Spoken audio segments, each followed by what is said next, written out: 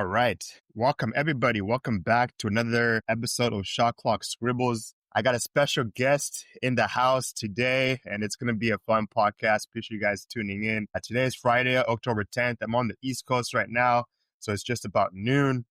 My guest is in Vegas. That is none other than Mitchell Adams. He's going to be joining me in today. We got a lot of topics to cover. And yeah, hey, Mitchell, welcome to the show. Appreciate you jumping on, man. Thank you for having me. Congratulations on making it to season 3 of Shot Clock Scribbles. This is an honor to be on, man, and I'm excited to discuss hoops with you. Yeah, hell yeah, hell yeah, hell yeah. So as we're rocking right now, I am in Richmond, Virginia, and Mitchell is in Vegas. So this is a nice touch. The show is on the road, and yeah, really looking forward to cover today's topic. So just a quick rundown. Today's show, we're going to be touching over predictions for the 2025-2026 season. We got a couple of different categories that we're going to run through here. And then when we get done with that, we're going to chat about a couple other topics that are circulating the league and things that we should watch out for, whether that's this season or implications of next season. So that's the agenda there. So first things first,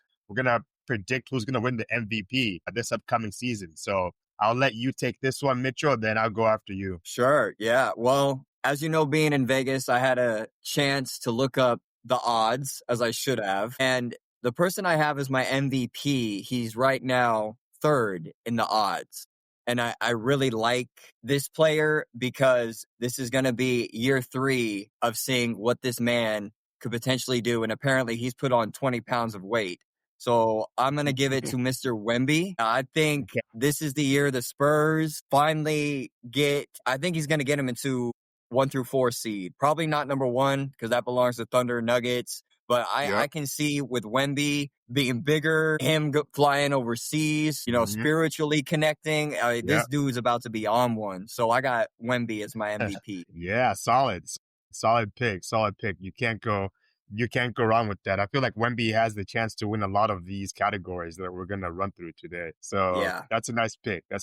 Yeah, this one's a hard one. This one's a hard one because you can go a couple of different ways, right? You can go SGA, you got Luka, you got Ant, you got the Joker, you got Giannis. A lot of these guys led the MVP race last year as well. So this one's tough. But for me, this upcoming season, I think the odds right now is the Joker is supposed to win it. Correct.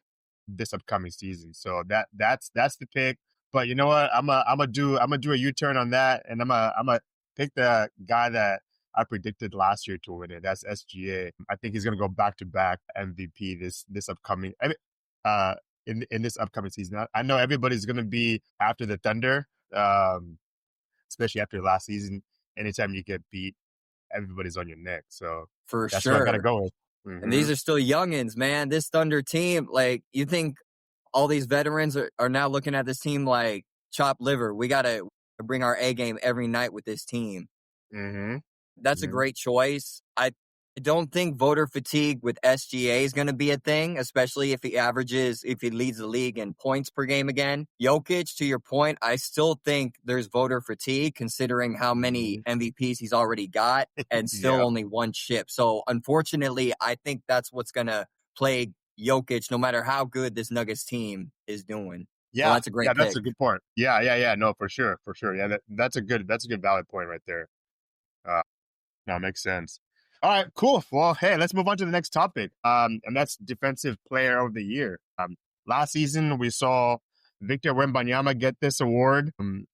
And wait, you know what? I'll probably cut that part out. Was it Wemby that won it last year, right? And then, was it Mobley? I think it was Mobley because Wemby got hurt and he didn't meet the criteria.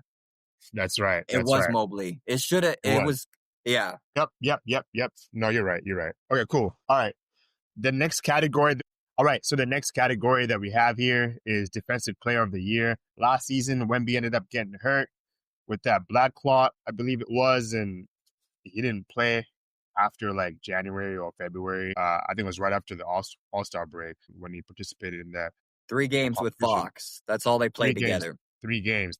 Wow. Yeah, that's crazy. So Mobley out in Cleveland ended up winning the award last year. But Mitchell, who do you have to win this award? Okay, but before I give you my answer, I want to ask you, Can you name, there's only been 3 players in NBA history who have won the MVP and Defensive Player of the Year the same season. And maybe I just gave away my answer with that. But with me predicting Wemby as MVP, Mm-hmm. who do you can you name one of the 3 players in NBA history that's also got the Defensive Player of the Year same year as MVP? Sounds tough. Maybe Shaq? Is Shaq in there? No, but there is a center from the 90s. Okay. 2 90s players and then 1 player that is playing right now. 2 big men and Yeah. 1 guard. Yeah, man, you're stomping me on this one. Sure. Well, I got Wemby as my Defensive Player of the Year, assuming Okay. he's going to stay healthy, blood clot's Yeah. good, he wins the MVP, he would join Michael Jordan, Hakeem Mm, Olajuwon, and Giannis as the only players in NBA history to win the MVP and Defensive Player of the Year in the same damn. season. Damn, that's elite company right there. And I know that's kind of bold, especially because it's only his 3rd year. But Giannis Yeah. won his MVP and his defensive player like years ago. So I can Yeah. see this happening with Wemby too. No, I definitely see that. I definitely see that. Yeah, you definitely stopped me on that. This one's very tough because last year, we had seen even Dyson Daniels at guard being up for the award. I Well believe he won deserved. it the year before that. I think he won it as well. So you got Chet over at OKC. Last season was great for them, especially towards the very end. Of course, he was hurt for a good little chunk of the season last year. But got AD out in Dallas, one of the best rim protectors that we got in the NBA right now. But for me, I'm picking Wemby to win this one as well. So I'm right on par with what you're saying here, Mitchell. Other picks, I mean, Evan Mobley, when I'm looking at the odds here, I got Draymond Green on the list too. Amen Thompson is on the list as well. Yeah, if Wemby can stay healthy, I don't see a problem with him winning this award at all. That team has the potential to be so dangerous if everybody Mm-hmm. just stays healthy. That includes Fox's Hand, the rookie they just drafted. The Yeah, Spurs really have a chance to make some noise if everything just gels together. yeah, Wemby, I think he grew some more he over the did. offseason. That's what the rumors have been. So he's Yep. just going to be even more of a force in the paint to where Mm-hmm. he's just this long dude to where Mm-hmm. it's like guards from the 3 are going to have to think twice. He's Oh going yeah. to win if he stays healthy. And then Chet Oh yeah. is second in the odds for Defensive Player of the Year right now. That's right. That's right. Yep. Yep. Nicely done. All right. Well, let's move on to the next category here. We got NBA Rookie of the Year. Got a couple different choices for this one. We'll kind of switch it up a little bit. I'll go first, and then I'll throw it back to you, Mitchell, here. As we look at the odds and, who's on that list, we got Cooper Flag, highest pick that the Mavericks have gotten in quite a while here. VJ Edgecombe out in Philly. Trey Johnson with the Wizards. Dylan Harper with the Spurs. He's going to be getting some minutes, especially with probably D Fox maybe missing a good early part of the season. Ace Bailey out in Utah. Jeremiah Fears with the Pelicans. For me, man, I actually want VJ Edgecombe to actually win this award. I just love his game. I talked about it in my last pod, how he has the opportunity to get some minutes there in Philly. He has the assets to be a really good NBA player. And at the end of the day, Cooper Flag, I mean, we haven't seen anything like him in quite a while, maybe before Zion. This kind of talent, I think he's going to win it. So that's my pick. Yeah. I'll let you do your pick next here, but yeah, what are your thoughts? That's a great pick, and I knew you were going to pick him just because I listened to your first episode, and you were very high on him, as you should be, especially with the unpredictability of the 76ers team. We could probably do a whole episode of discussion of breaking down the complexity of the Philadelphia 76ers and their potential of they could win more than 55 games this year, or they could actually only win 30 something games this year. Like that's just how wide this team is. And their success, not to say you can't rely on Embiid anymore, but Yeah. they need these young guys to step up. And them getting a player like BJ, and if they're succeeding, I can definitely see him winning Rookie of the Year. He is 3rd right now in the odds. Mm-hmm. So great choice. Mm-hmm. I chose the number 1 odds favorite, the dude who somehow the Mavericks got lucky and got the first pick with Cooper Flag. A big reason for that is because we're going to see him start playing point guard because of Kyrie's absence in the beginning of the year. If Mavericks are staying afloat, good. He's getting those numbers. That's great. once Kyrie comes back, Cooper's going to adjust to a whole different position too. And then he might play the point next to Kyrie, and Kyrie, because he's so good, can be the shooting guard complementary, just like how he was when LeBron was running point on Cleveland. Just because Cooper will have the flexibility of playing more positions, as he should be the odds favorite, he will get that Rookie of the Year if he's able to stay healthy. Very good points. Very good points, Mitchell. Yeah, it'll be interesting to see what happens with Dallas this upcoming season, especially with also Kyrie being hurt. Yeah. Just start the year off. You got a lot of people that are hurt right now, man. A lot of guards, right? I mean, we're gonna talk about it later as we go, but Tyrese, Lillard, Tatum, which is crazy. Like Yeah. he's 5 months out. Did you see that video of him jumping? And dunking on the hoop at just 5 months after he just tore his Achilles. Do not count out the Celtics this year. That would be foolish for any of us to just be like, oh, Tatum's gone. But he's gonna come back earlier than expected because the East is so weak. Like you said, we'll get into that a little more later. For sure, for sure. As we kind of wind down this Rookie of the Year talk before we get into the next one too, I definitely want to show some love to Cedric Coward with the Washington Wizards. So Cedric Coward is actually from the Valley here, 6'6", shooting guard. And hey, man, with the Washington Wizards, they haven't been very good for quite a while. Me and Mitchell were joking about it beforehand. I definitely want to just show some love to Cedric. As you know, I've been having a show in the past with Mark Haynes, who's also from Fresno too. So he is very familiar with Cedric. The Valley boys deserve love, man, always. Yep, for sure. All right, let's move on to the next one. We got Most Improved Player. This one, Mitchell, feel free to go first. Sure. I have Amon Thompson winning Most Improved Player. A big reason for that is because with the injury of Van Fleet, he is now officially going to have to step up even more than what we were expecting him to step up. And he's going to get Defensive Player of the Year notoriety this year too. There were minutes last year where it was like, this guy arguably is the best player on the court right now, regardless of who was on the other team or who was on the Rockets. Rockets will be a top 3 team in the West. Amon Thompson will fulfill that role that Van Fleet, points-wise, is missing. I see him winning Most Improved Player of the Year for Houston. Solid pick right there. Them H-Town boys, they're about to make some noise again. The Thompson twins, both of them, man, they're so good. Yes, they are. Those guys are good. Houston with that injury, it's gonna be tough. It's gonna be tough. Speaking about my pick here, that's who I have on the list as well. Most Improved Player, Amon Thompson as well. So me and you are right on par again with this one because exactly what you said. To kind of just break that down in a nutshell, there's going to be different opportunities for him to play different positions. He's going to be handling the ball a lot more this upcoming season, especially with the ball's going to be in his hands a lot. He's going to have to adjust playing with Kevin Durant. I mean, he doesn't really need the ball, but he's gonna be shooting the rock a good amount of times. Putting up 20 shots, 25 any given night as well. But Ahmed can also distribute. That's the good thing about what the value that he brings is he can do a little bit of everything. Block shot, rebound, get his teammates involved. Yeah. And Houston's so big. Like they got tall guys.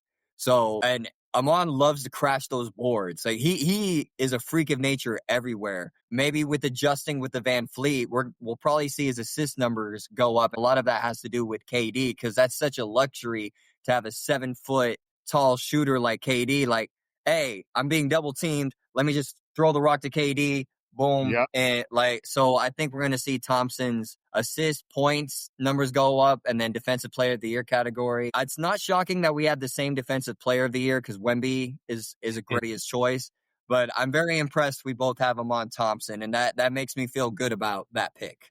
I feel like it's basically just pointing in that direction. Especially with what they're being dealt right now. It just kind of makes sense. If he can develop his shot more consistent. I mean, this guy's still hella young, early 20s, 22, 23 years old, something like that. He's got a long way to go. All right, let's move on to the next topic here. We have 6th Man of the Year here, Mitchell. I'll let you run through yours first, and then I'll go after you. I do not have Naz Reid winning it back-to-back. He is the odds favorite, and that's why I say that, which I find really interesting. It's not It's because I think Nas Reed is going to have more of a role with the T-Wolves in a different way as to like he's going to play more starter minutes. I wish I could put Malik Monk, but again, we'll save that Kings topic for I don't know what's going to happen there. Sixth man of the year, I got Jordan Clarkson for the New York Knicks. Oh, wow. I think him moving on from Utah to going to New York, he's going to be backup point guard to Jalen Brunson. I think every time he plays, it's going to be significant. He's going to get his shots up. He's going to be the best shooter coming off the bench for the Knicks. I think he's going to wreak havoc getting those points, and he's going to be a great breath of fresh air for Jalen Brunson to get rest. We've seen Mike Brown magic with 6 men with Malik Monk before. Jordan Clarkson, he's going to find a way to utilize him off the bench, and he'll get that. He's actually third in the odds, which is crazy. I got Mr. Clarkson. Who do you got? Interesting. I definitely did see that one coming. I was just watching a preseason game. I think the first two, he threw up an air ball from 3, and they put the cameras on the bench, and they was just kind of putting their head down. It's preseason. Get the bad shots out now, you know? As far as like this category here, a couple of different picks that we have at our disposal. Nas Reed, you just mentioned it, won it last year.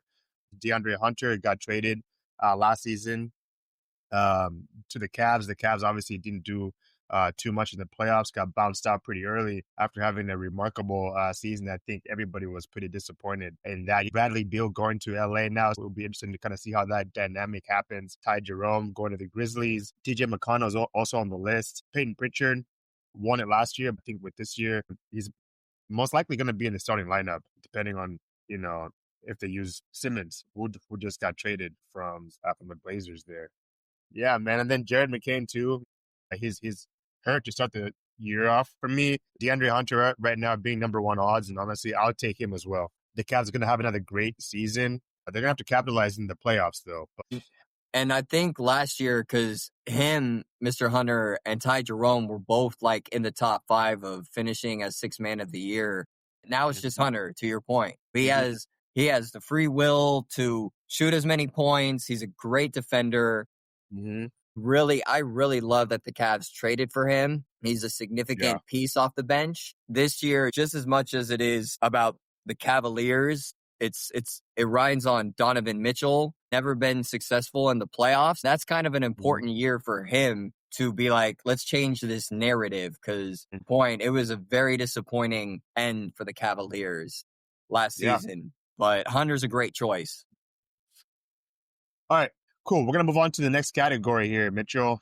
Next category is points per game leader. This is the next one. So basically who we think is going to get the most points per game. Last year, we saw SGA win that. I'll just say my pick quickly here, then I'll just run it to you here, Mitchell. But I have SGA going back to back as far as leading the league in scoring the rock. I'll pass it on to you. Yeah, it's either 1 or 2. And I didn't want to pick SGA just because I wanted to be different with this answer. But I put Luka down. Okay. I think both SGA and Luka are going to average over 30 points per game. And I think Luka is just barely going to edge him out. It's going to be so close, though. We're going to see a down to the last couple games, I think, as we see the point differential go back and forth. I don't think there's going to be a wide margin, but if it's not Luka SGA, I think it's going to be SGA Luka. That's a pretty good prediction right there. I like that one. Giannis will probably be in that area too, but I think the guards are just going to score a little more because they shoot more threes than Giannis. I think that's just going to give him a little more of an edge. You're right. As far as like the big man, he puts a lot of wear and tear on his body, and then getting to the cup too, and having to make some free throws. Always want to see Giannis's percentage at the free throw line grow as time goes on. He's not the greatest of free throw shooters. Right. The Joker too, in the big man who also could win it as well. That guy is just triple double machine. Yeah. Night in and night out, it seems like. But no, that's a solid pick there, Mitchell. We got 3 more categories, and then we'll cover some other topics here. All right. Next one is who we think is going to be the league's leader in assists per game. Last season, we saw Trae Young be at the top of that list, the Joker in there as well. Who do you have to win this one now? The Joker. He top 3 in assists last year, and he didn't have any shooters. Like, that's the bizarre thing about how Jokic was in that top 3, and he had nobody to shoot the rock, really. And this year they have finally were like, okay, we got to surround this guy while we can in his prime. Yep. Cause what are we doing? So they got him shooters. They got him a bench. They got him support. So I think Jokic, and just because of his basketball IQ, nobody can stop his passes because this dude is big court differently than everybody else. He's a machine out there. I got Mr. Jokic getting the most assists, edging out Trae Young, because I think he will be back up there as well for the Hawks. That's a good pick. You can never go wrong with picking the Joker in any of these categories. No, it's unfair. You could go Jokic all 3, and it's like, all right, good. I got no counter argument. Exactly. Yep. You pretty much nailed it. For my pick as well, I got the Joker. Um, in conjunction to Nice. what you were saying, he gets his teammates involved. He does a little bit of everything. We just talked about it. Assists, on points, blocking shots here and there as well. So that's who I have to win this one.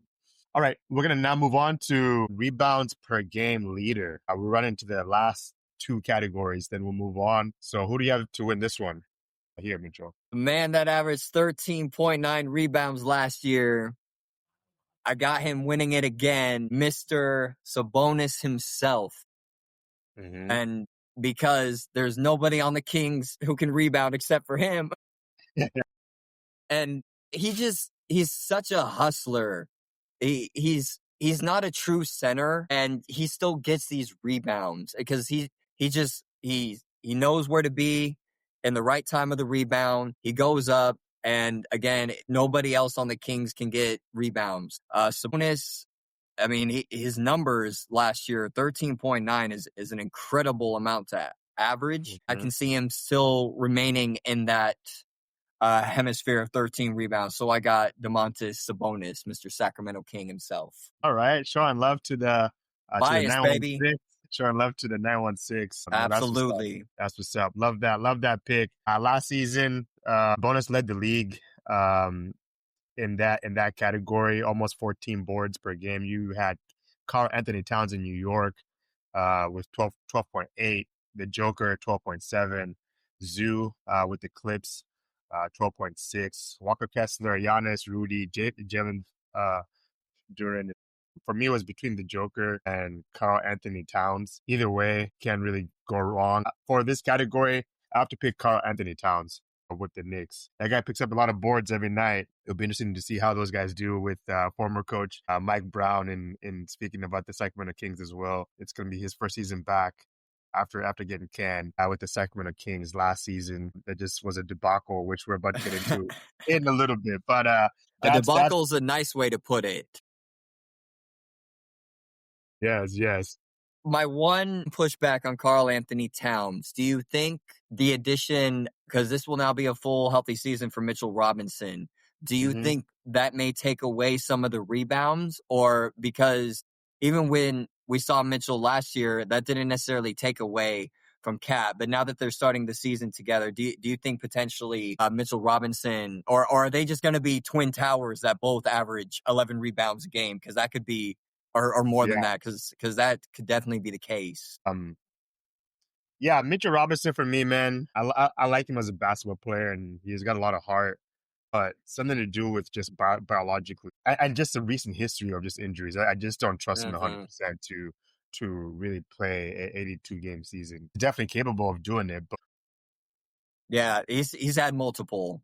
So I just don't trust it. So yeah, no, that's a good pushback. But for me, I just don't see him playing in even maybe like half of the games. I probably see him playing like 30 or less games. I'm being pessimistic about this one, but that's just kind of how I've seen it and just what history repeats. Hey, you're reading the tea leaves there.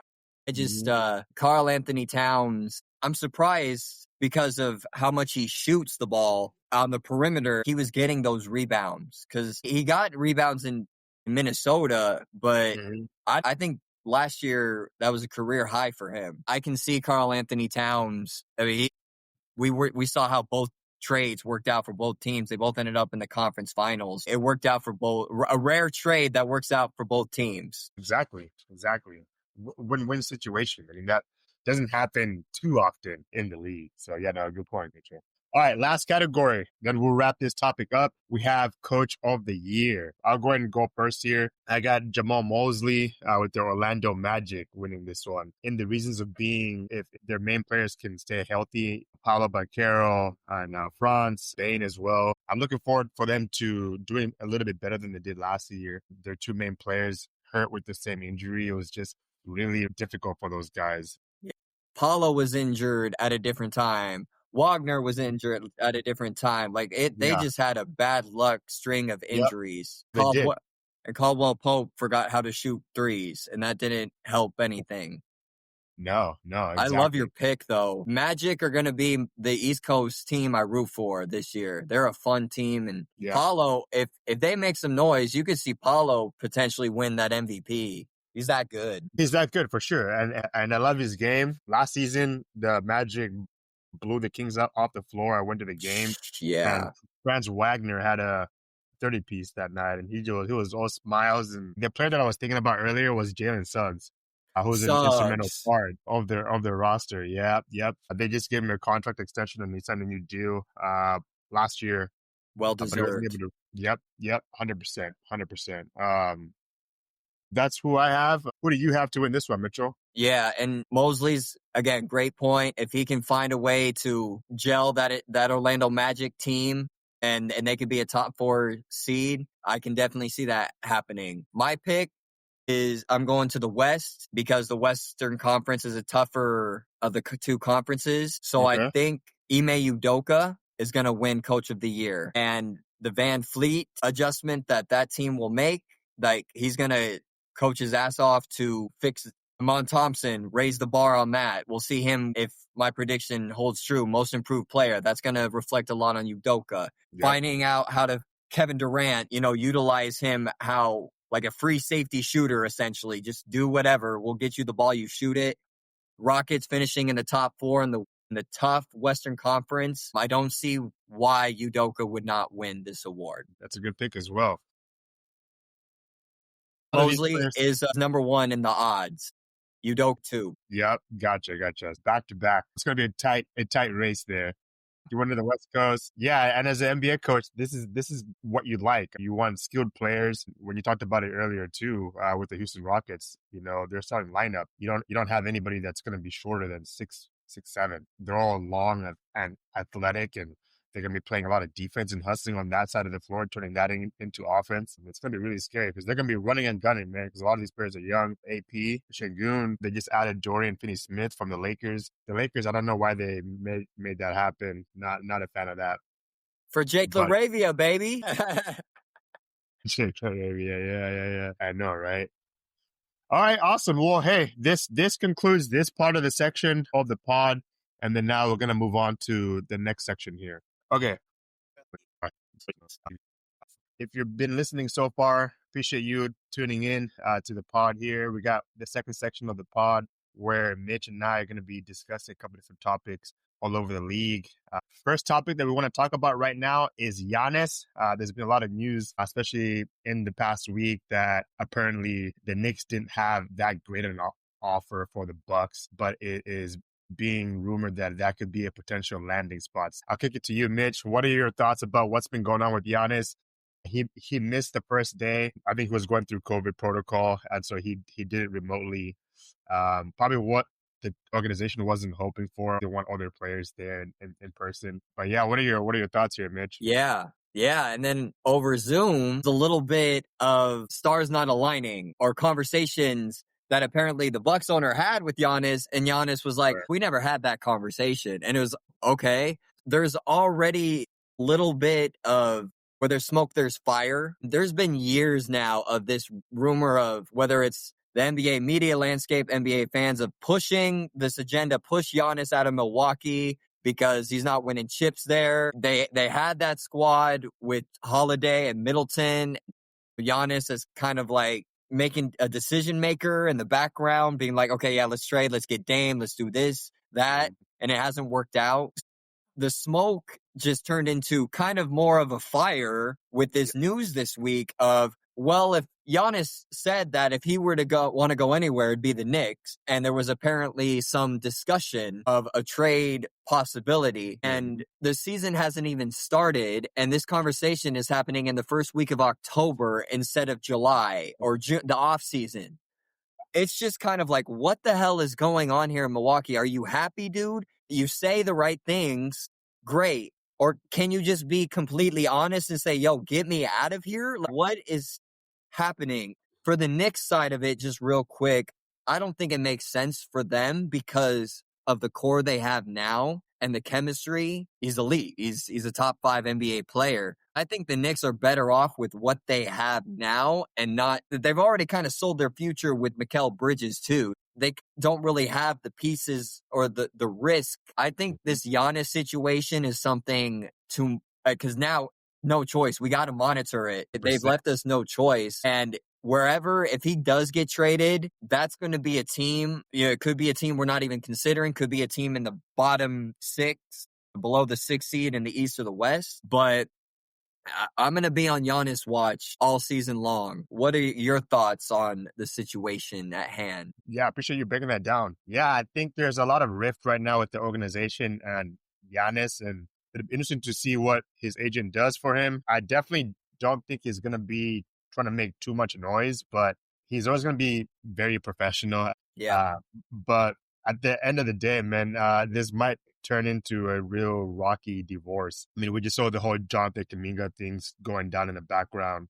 And there's a couple of different teams that could get a landing for him as well. You were going to Right. And it sucks because Milwaukee have already leveraged their entire draft future for trades that they already made. So if you're going to trade Giannis, you need to be getting a bunch of picks back that's going to help salvage your future if you don't have a top 5, top 3, however you want to rank Giannis. He's up there. Generational player like him. The East is so weak this year. Why would you trade him? You have a chance signing Miles Turner. That's a great complementary player to Giannis in the paint. Turner has a 3-point shooting threat, but it doesn't make sense to me for Milwaukee to trade him, no matter how unhappy he is, no matter, I mean, if it turns into a complete nightmare, then maybe it's worth discussing.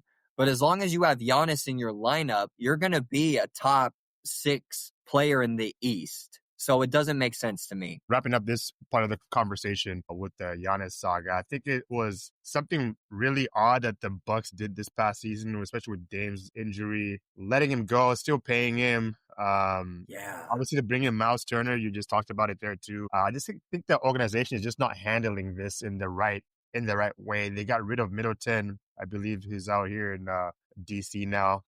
Him, Giannis, and Drew were always the vocal point of that team, and it's just changed. There's a couple different landing spots right now. The Warriors are the number 1 spot to land him as well. I guess. Oh God, no. The odds that I'm looking at, I know we keep talking about New York being pretty high odds. They are. The list I'm looking at here, they're second. But one trade that these guys can do is Giannis goes to the Bay, right, Mitch? And then Milwaukee will get Trace Jackson Davis, JK, that's Kuminga, Brendan Podemski, and 2 first-round picks. That's a lot of haul. We all know that with a big player like Giannis, superstar in the league, right? Generational talent. Like, you're going to have to throw a lot of stuff, picks and players just to land a superstar like him. Yeah, that's a nightmare scenario as a Sacramento Kings fan. I cannot express how much I want Giannis to go to the Bay Area. Regardless of the Warriors getting rid of those important role players, that means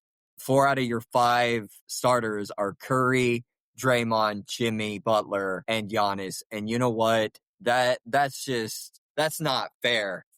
They'll be eligible to sign Giannis, so he'll stay on the Warriors. That's just another however many years of the Bay Area team just being the kings of California, because that's what they are. I totally get that. Their options, and then we'll wrap this part down. Spurs is another team that's on the radar. The Miami Heat, The Atlanta Yeah. Hawks, they're building something special out there. I really like the Atlanta Hawks and what they're doing. I don't know how far they'll go this upcoming season. The health of Porzingis is always going to be at the forefront. I Um, like the Trey and Giannis duo yeah, idea. I think yeah, that would work phenomenally. yeah, for sure. All right, well, perfect. We're gonna now move on to the next conversation, and that's none other talking about the Sacramento Kings. Last year was a shitstorm, if we're just giving it a buck. And what'll happen, what we had the Kings do last season in December. They fired Mike Brown. Darren Fox ended up dipping out. They got Zach LaVine. Later in the season two, they got Jake LaRavia. And then another player in JV who I actually wanted the Kings to keep. You always thought Same. this, but it is what it is. There's a lot of noise around the Sacramento Kings. What are your thoughts right now about the Kings here, Mitch? Last season got dogged out by the Mavs in that playing game, and that's the way that the season ended for them. I'd love to hear your thoughts about what's going on right there.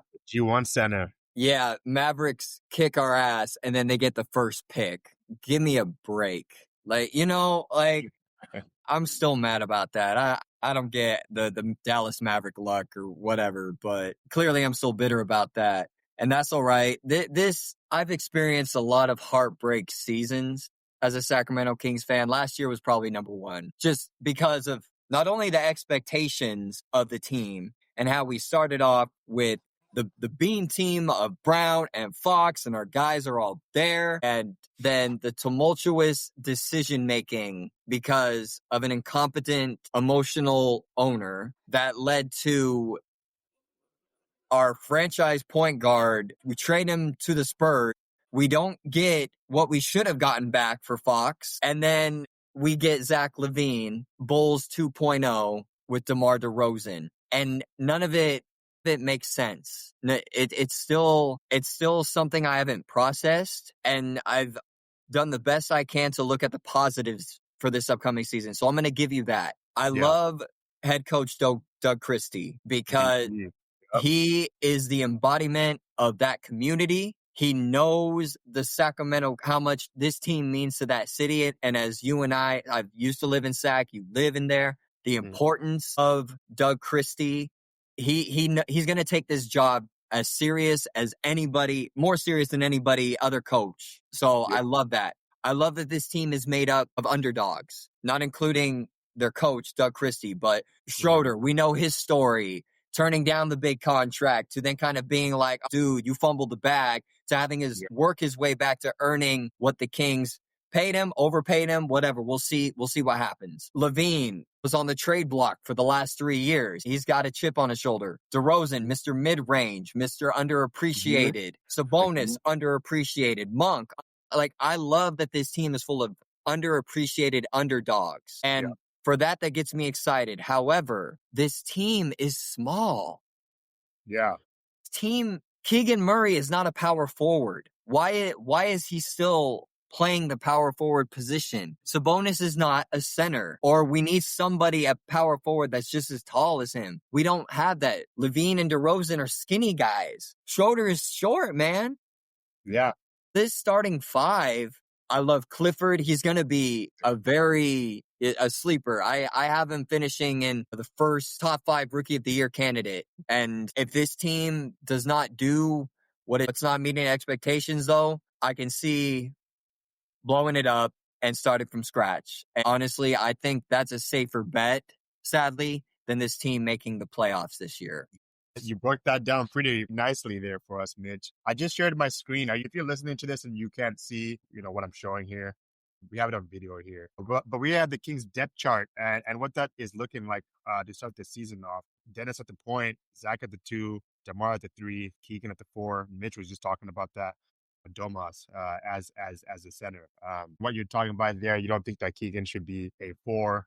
I honestly think that he's better at the 3 position myself. If we look at this rotation, Zach and DeMar kind of have similar assets, right? Zach is a prolific 3-point shooter, and he's been good. I didn't watch their first preseason game of the year. I still want to look at the highlights against the Raptors. From what the reaction has been from Kings fans is last season the Kings didn't win a single preseason game, and people kept saying, "Oh, don't worry about it. It's preseason." But the season didn't end up very well for the Kings, finishing ninth. and got in that playing game against the Mavs. As far as the roster construction, this upcoming season, they just brought in Nick Clifford from Colorado. You have Devin Carter, who's going to be in his sophomore season. A lot of expectations from fans in Sacramento to see him develop a little bit more. Some are saying that they don't really see the growth from last year already.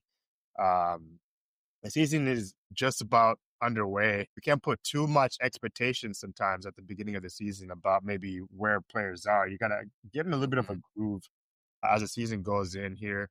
They re-signed Doug McDermott. They signed Dario Saric as well.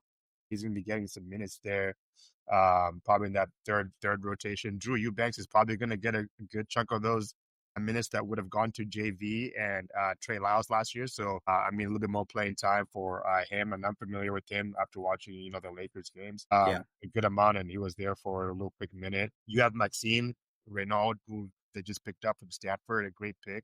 He can shoot the three ball, and he can be a rim protector as well. So a lot of great assets that the Kings got. I think Scott Perry. I wasn't really familiar with Scott Perry's game, to be 100%. I know that he was with the Kings several years back, and then he went to New York. He's been in the league for 30 plus years. And I think what the Kings did this season is good. I just don't see if it's going to set them apart to maybe where they were last year. They did the best they could with what they got.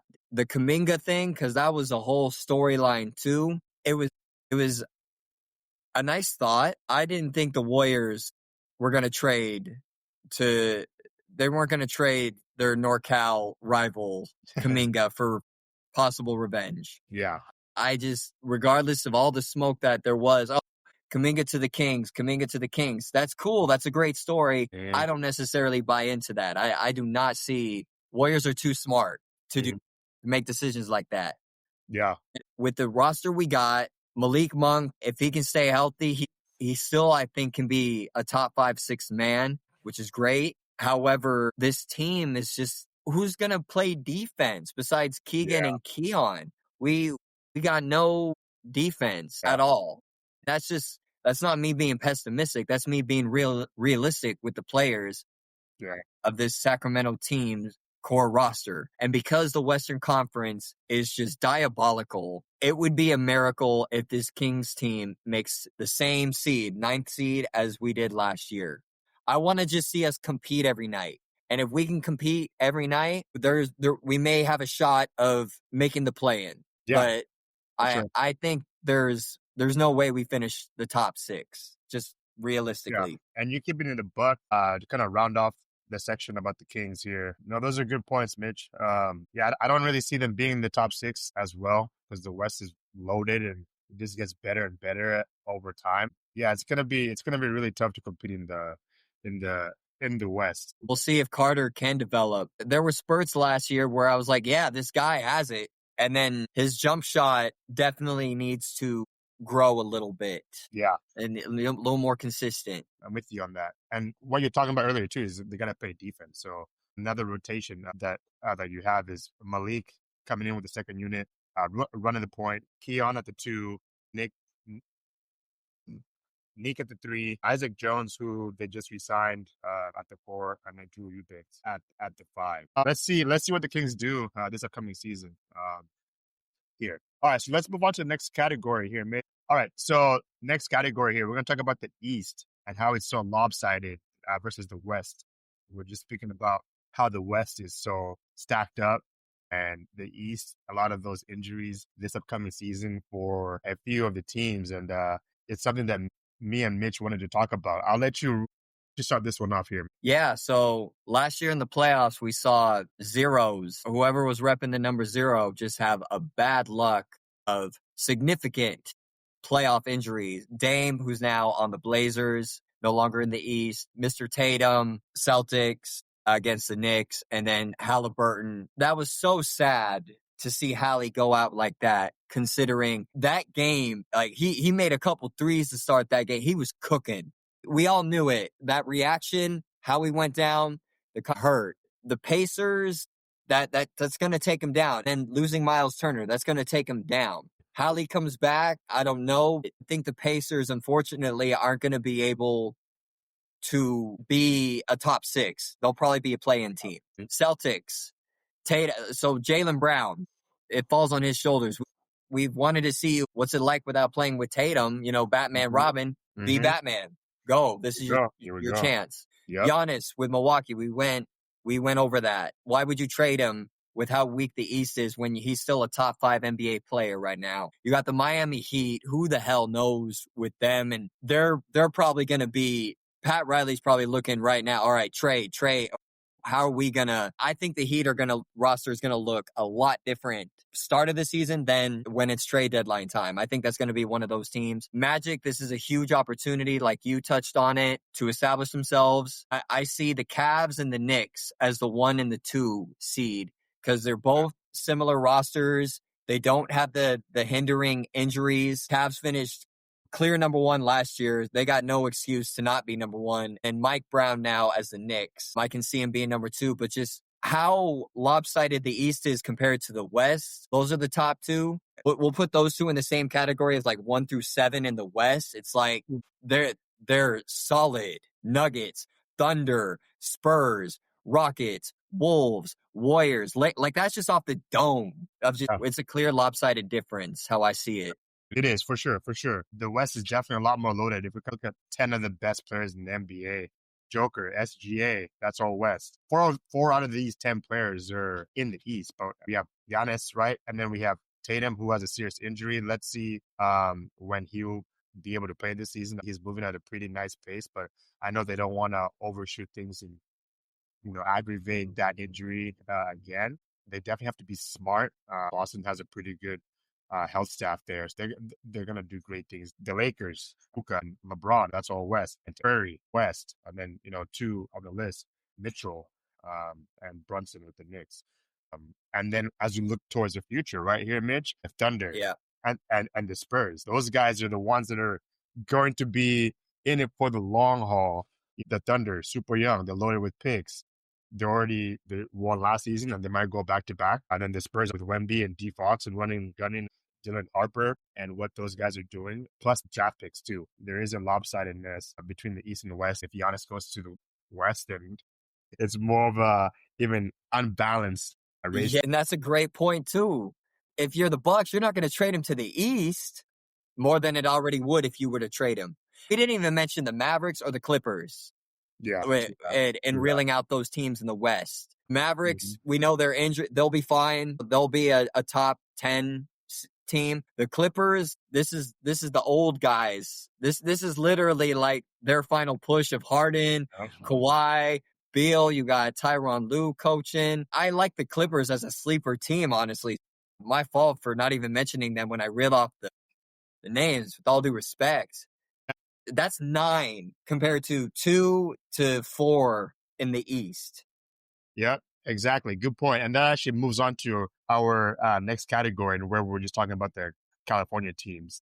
We covered the Kings already, Clips, Lakers, and the Warriors. We're gonna touch on that really quick here. So let's start off with the Warriors here, Mitch. The whole JK saga. Jimmy Butler comes in at the middle of the season last season. Then this is his first year. Those guys just had a mini training camp down in San Diego with Jimmy Butler hosting it down there. A good chunk of guys ended up going for that. That's part of their rotation. They lost to the Timberwolves in last year's playoffs. It was a hard fought series.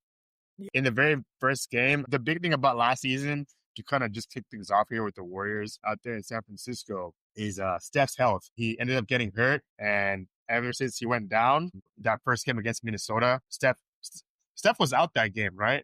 The first game against Minnesota, he was out. They definitely didn't want to aggravate the injury and make it even worse. But when the Dubs took game 1, people were like, damn, they might actually win this series. But man, when you have a team that's so young with the Timberwolves, those guys are going to be competing for championships for the next couple of seasons here. Yeah. But Anthony Edwards. Yes. Anthony Edwards, and this guy just keeps on getting better and better. It'll be interesting to see what he kind of develops this upcoming season. Speaking about this Warriors team, what are your thoughts here about the Well, coming season. We saw Jimmy Butler just fit in like a perfect glove with this Warriors team when that trade happened. They were for sure the top 3 best record in the Western Conference from that trade to the Yeah, playoff time. yeah, They were one of the best teams offensively and defensively. The West is just, I mean, like 3 games separated the 2nd seed to the yeah, 7th seed. The Warriors ended up on the 7th seed. They play a tough Houston team. That series, they go to 7. They end up winning, and then they play a tough Minnesota team in the Steph injury. We know what happens, but I'm not going to rule this team out with Jimmy Butler, Steph Curry, and Draymond Green defensively. I mean, and they got Jonathan Kuminga. If his head can be on straight, if he's like, all right, I'm here, team basketball. Steve Kerr, you're my mentor. Let's do this. Pajemski yeah. is going to elevate some more. I still see the Warriors as a top 6 team, unfortunately, but it is. With a team that's won multiple championships, they can always get there, right? And with the time that they have, players that get older, Draymond, Steph, and Jimmy, Podziemski, JK, Trace, they just added Steph Curry and his brother as Yeah, well. That was kind of cool to see. These brother vibes. brother vibes for sure. The real Splash Bros, That's right.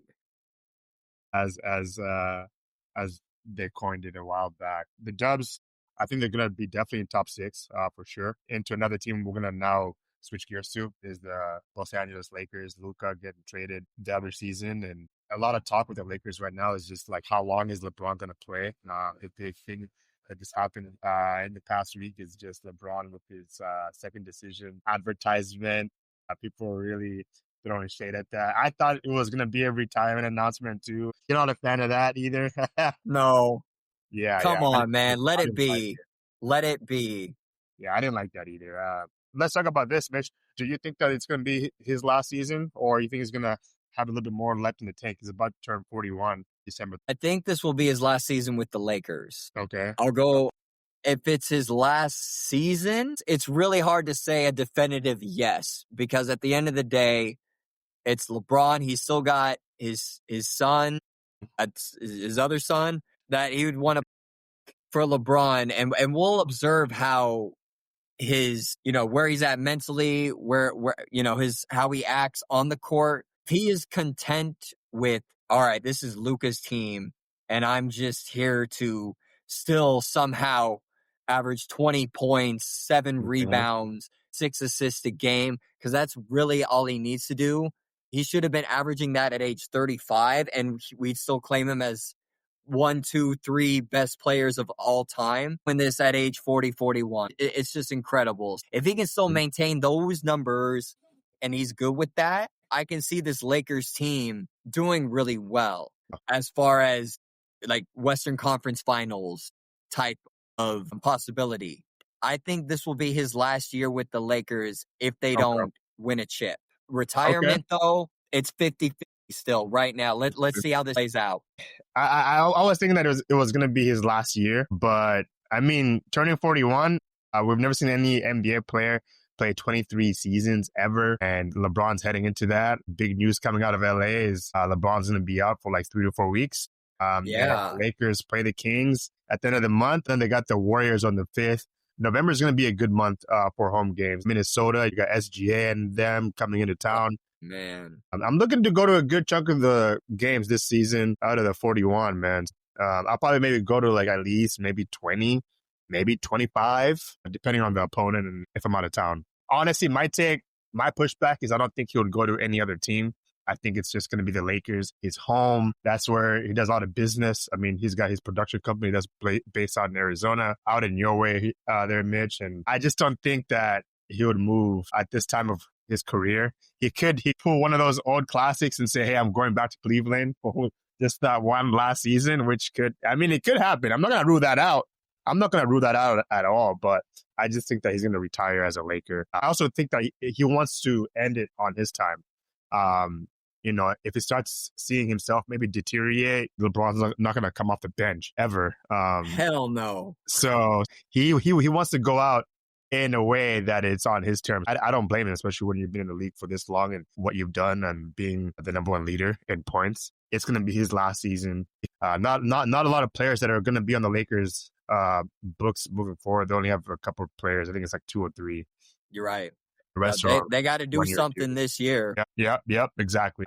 And the other team in the Clips that we can just quickly talk about, they just added Bradley Beal, Chris Paul as well, kind of up there for these guys. What's your expectations of this Clips team this upcoming year? I really think this is the last dance for a lot of players on this team. And Kawhi, Harden, Paul, Beal. Kawhi's got a chip. He's got a couple chips, but he has a chance to be in rare company of winning multiple chips for 3 different teams. I don't know the list. I know that list is tiny, if there is a list even, but that'd be rare company. Harden, this is, I don't want to say, I'm going to say fuck it, legacy. Like, bro, Yeah. where you are one of the best offensive players of this generation. But at the end of the day, it's always going to be you weren't good enough to even get your team to a championship. When it was fourth quarter time, crunch time, where were you? You were hiding. You weren't being aggressive. I think this is James, because he's old too. He's been around the block a few times. I think this is his last year of playing at that level. We'll still see him being able to move offensively, get his creative shots. But man, time is ticking for you, James. If you want to establish yourself, it's kind of like Dirk. I put him in the same category as Dirk before Dirk had that insane playoff run. Dirk was always the one. Yeah, Dirk's great, but Harden, great, and then Dirk got that chip, and it's like, Dirk, honestly, that's one of the greatest playoff runs of all time. And Tyronn Lue, he's a great coach, phenomenal. If this team can stay healthy, I think the Clippers can have a chance to be a really good team and make it to the Western Conference Finals. That's just how talented their roster is. As the season is about to tip off, we got a lot of exciting storylines, and you nailed that pretty nicely, man. We were just talking about NBA Finals prediction too, which is our last category. Let's go ahead and run that one down. Yes, sir. Before we get into our predictions, as far as the odds, what I'm looking at here, I'm looking at Fox Sports. Start off at the very top. You probably have this list too on your side there. The Thunder, Cavs, Nuggets, Knicks, Lakers, Clips, Timberwolves, and the Rockets. No huge surprises about that short list about who could win it and be in the finals for the East and the West, both ways there. What are your predictions about who's going to be in the finals in 2026? I'm going to go with the Denver Nuggets out of the Western Conference Finals. Jokic has been surrounded with weapons. He's still got an elite Aaron Gordon. He's still got Jamal Murray, who's coming into the season healthy. Mm-hmm. Whoa, what a concept. We love to see that. And I think this team, Adelman, we saw a weird situation that happened with Malone leaving last season, and the Nuggets were still focused and they were still locked in. They took the champs, the Thunder, to 7 games. They did enough this year to take them over the hump. Out of the Eastern Conference, I'm going to go with the Mike Brown New York Knickerbockers. Okay. I think their roster is suited for a championship run this year if they can stay healthy. Again, the East, if it comes down to the Cavaliers versus Knicks in the Eastern Conference Finals, which I can see that happening, I'm going to choose Jalen Brunson over Donovan Mitchell. I'm going to choose Karl Anthony Towns over Mobley. They just got a better constructed roster overall. So I got Nuggets, Battle of the Ends, Nuggets versus Knicks. Even though Knicks start with a K, but yeah. I got you. No, that's solid. That's solid, man. I didn't actually see you putting the Nuggets on that list. Going down to the wire with OKC could have gone either way. Very exciting playoffs. Going down to the wire to 7 games with those guys. Crazy. Yeah, no, for sure. And the Knicks, I just give a reaction about what I think about what you just said here. The Knicks could definitely go far for sure. They had a pretty good season last year. And the expectations for the Knicks should always be high. The ceiling should always be high, especially when you have Jalen Brunson leading the helm. We were speaking about Coach Brown. But I'm kind of interested to see kind of how the Knicks utilize Jalen Brunson as far as on-ball usage, right? So he's been the number one player that has the ball in his hands majority of the time. I forget what that percentage is. So how Mike Brown uh, orchestrates his offense. When we saw him with the Kings and just traditionally how he's been, he always wants to be a fast paced team. He also wants the ball to be moving quite a lot. I think they've been trying to like implement a thing there where there's the whole rule about, having the ball for like 2 seconds and then, either passing or shooting it. Really being intent with what you're doing and not letting the ball stick, because that's what we see a lot with the Knicks. The ball sticks a lot. JB, he gets a lot of calls, which is a good thing about Yeah, him, is and he gets to the line. And some people don't really like that at his size, one of the smallest guards. You have to get some kind of advantages at some points. He can be a defensive liability a bit because of his size, and a lot of teams sure. hunt that down, right? When you come down the court, you want to hunt down the worst defender on the other team. As far as giving my predictions in the West, I have OKC Thunder coming out of the West, winning the Western Conference Finals. The East, this one was really tough. A lot of choices there. The Knicks, um, Boston Magic is in a team that we haven't even talked about too much today in the 76ers, right, Mitch? Yeah. I mean, we mentioned them a little bit earlier, but typically, Speaking of no legacy, joke. Paul George, Embiid, where y'all at? Like, come on. The East, it's going to be really hard, man. For me, it was between the Cavs and maybe even the Magic in there. I was kind of tossing and turning which way we could go there. This Orlando Magic team, I think, could be really good this upcoming year. But I have the Cavs. But I think the Cavs are going to be playing the Thunder in the finals, and I think the Thunder are just going to go back to back. That's my prediction. They'll go back to back. I look for them to be better than what they showed in that first round. I just thought that would be a series that they should win against. Yes, exactly. With the Pacers, obviously having Tyrese hurt, those guys are still going to be playing a lot of high tempo offense, led the league, and just the pace of what they set the NBA level to be. Rick Carlisle and that offense, they're going to be fast. They just lost Turner. All right, awesome. Well, hey, just to wrap things up, appreciate you guys listening to the very end here. Appreciate you guys listening. Make sure you guys follow Mitchell on his Instagram, Spotlight Potential _. One more time, Spotlight Potential _. I'll have it in my podcast art. So make sure you guys show love. Mitch loves to talk about hoops. He's also big into football. Or you football fans, if you guys like to bet, he's always giving odds, right? You can throw some love on there. Make sure you follow him, posting pretty consistently. And this has been a wrap for episode number 2. Appreciate you guys listening. I'll be coming out with episode number 3 in a little bit, but this is the second episode, so appreciate you guys listening to this one, season 3 here. And Mitch, yeah, appreciate you jumping on once more, man.